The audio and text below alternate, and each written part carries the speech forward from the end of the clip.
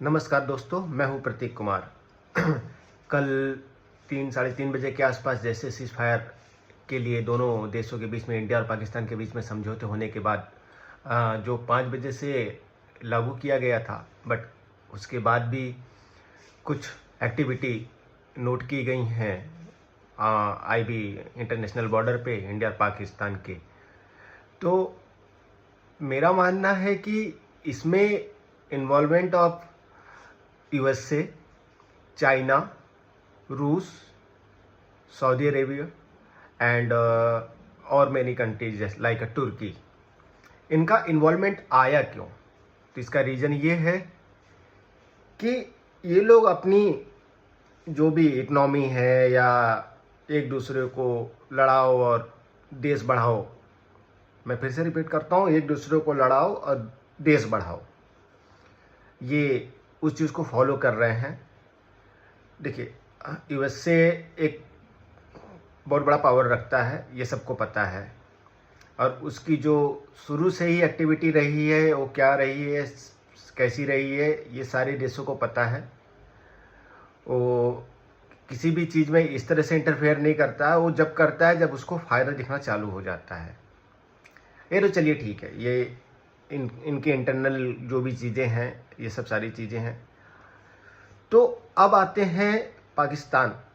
पाकिस्तान अभी दो चीज़ों में बटा हुआ है, एक तो पाकिस्तान और एक बांग्लादेश। पहले ही 1971 में ये बट चुका हुआ है, और अब अगर ये इंडिया के साथ अपनी लड़ाई को लंबी लेके जाता तो हो सकता था ये चार पार्ट में बढ़ जाता। 4 पार्ट कौन कौन से होते?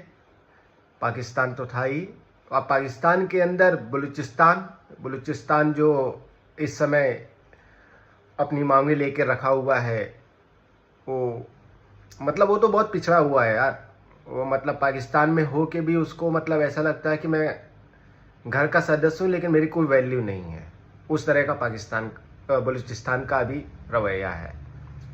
और कहते हैं कि पाकिस्तान का 46% बलूचिस्तान ऑक्यूपाई करता है। तो अगर देखा जाए तो सबसे ज़्यादा मिनरल्स और सारी चीज़ें वहाँ से आती हैं, बलूचिस्तान से। तो भी क्यों उतना कम, उसके वहाँ से डेवलपमेंट इतना कम है?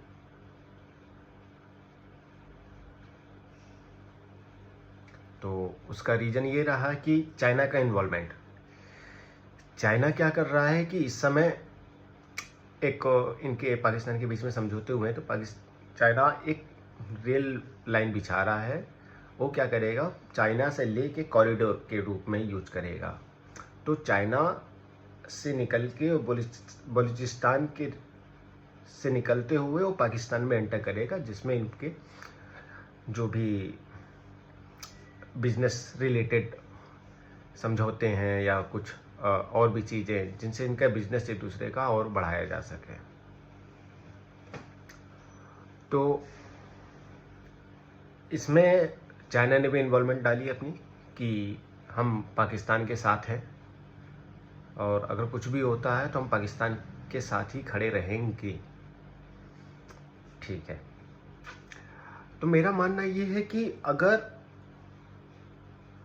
चाइना पाकिस्तान के साथ खड़ा होता है या तुर्की खड़ा होता है या सऊदी खड़ी होती है, सऊदी अरेबिया की टीम, तो इंडिया के साथ रूस और जो भी इसके नेबर कंट्री हैं वो सब भी खड़े होंगे। तो ये वॉर इतना ज़्यादा बढ़ेगा कि ये वर्ल्ड वॉर 3 में कन्वर्ट हो सकता है। World war 3।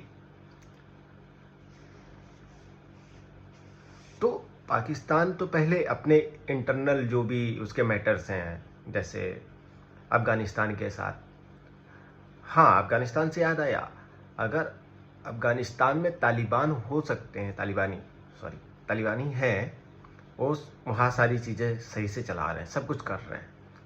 अगर वही चीज़ें अगर पाकिस्तान में एक ताहिर तालिबानी पाकिस्तानी बन जाए तो वो भी हो सकता है। वो भी हो सकता है।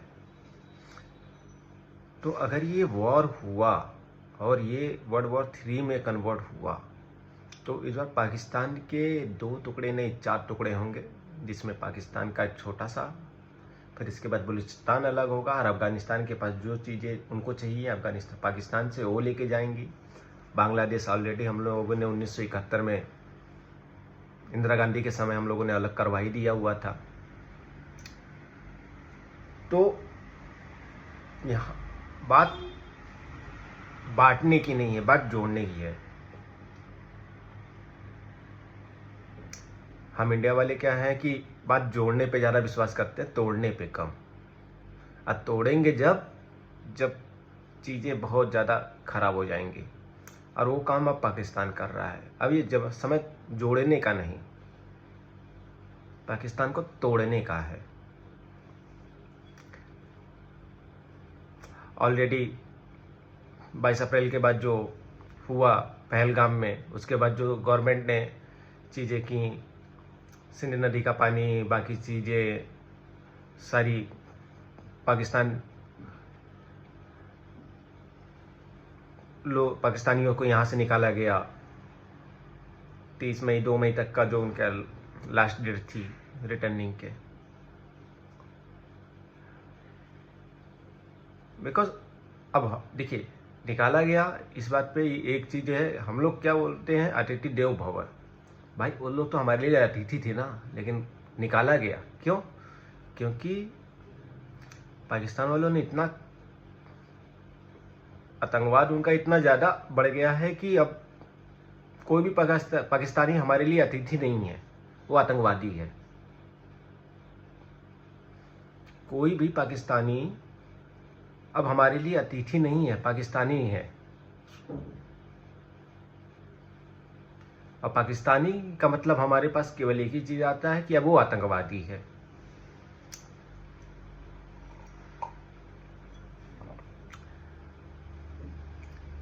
तो इस चीज़ के लिए सोचना पड़ेगा और कुछ ना कुछ स्टेप ऐसे लिए जाएं कि आगे चल के पाकिस्तान उस चीज़ों पे कोई भी एक्शन करे, कोई भी एक्शन ले,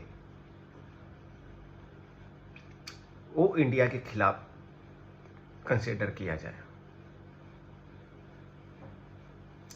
ये भिखारी लोग, भाई IMF से पैसे मिले, सब कुछ मिले, और ये सीज फायर बंद क्यों हुआ? एक कंडीशन रखी गई कि अगर तुम्हें सीज फायर मानोगे तो मैं तुमको $1.7 मिलियन का IMF फंड मंजूर करूंगा। USA ने भाई उनको भीख दिया हुआ, भाई भीख, कटोरा लेके खड़े हैं ये लोग। तो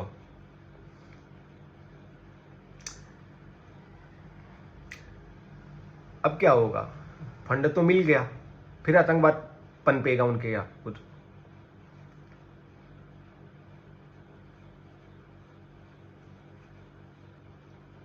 फिर चाइना से खरीदे जाएंगे इक्विपमेंट,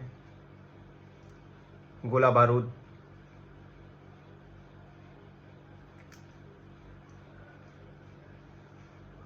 अब तो भाई उनके पास पैसे की भी कमी नहीं होगी आतंकवाद के लिए कि पैसे की कमी है, नहीं ये नहीं करो, ये नहीं।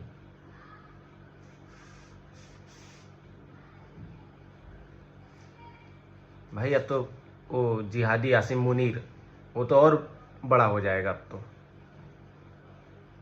अब का है पैसे की कमी? भाई बहुत पैसा है, पैसा ही पैसा है। वो वाली कंडीशन है आसिम मुनीर की अब हमसे बड़ा कोई राजा नहीं। साले दूसरे को पैसे लेके तुम राजा कहलाओगे? भिखारी हो कहीं के। कुछ अपने पे करके दिखाओ ना यार।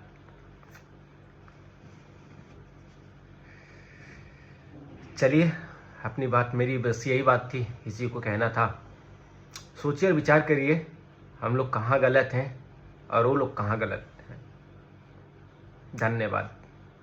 जय हिंद, जय भारत।